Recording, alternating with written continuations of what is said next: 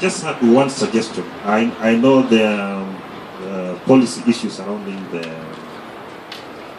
issue of privacy and the rest. So I was just thinking, probably MLab can take the lead. If we can have a city where we can have the CS for ICT and even health and bring all these experts and try and advise the government. Because one thing you realize, recently I was in a forum in South Africa on innovation and testing, and realized most countries don't wait for the government, and that's one of the biggest mistakes we have in Kenya.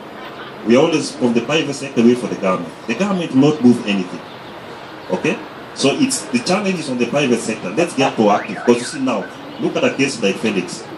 His software is picking up, but now he's worried about the database he has, because he doesn't want tomorrow somebody suing, but you leak out information about my health status.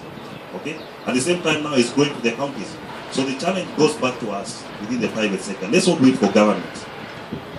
The government will take 50 years. Give an example like IAB did something. We didn't wait for the government. Now is when the government is planting in these things with the master plan, 4 years down the line. So let's not wait for government. Let us be proactive. If MLab can organize a session where we can now use our influence, get the CS for health, get the CS for ICT, okay? Get the Attorney General to be there, and let's tell him, look, gentlemen, this thing is blocking us. Then the government will ask you, so what do we do? So we should also have solutions or options to tell the government, this is what is to be done. Then the government will go and say, okay, fine.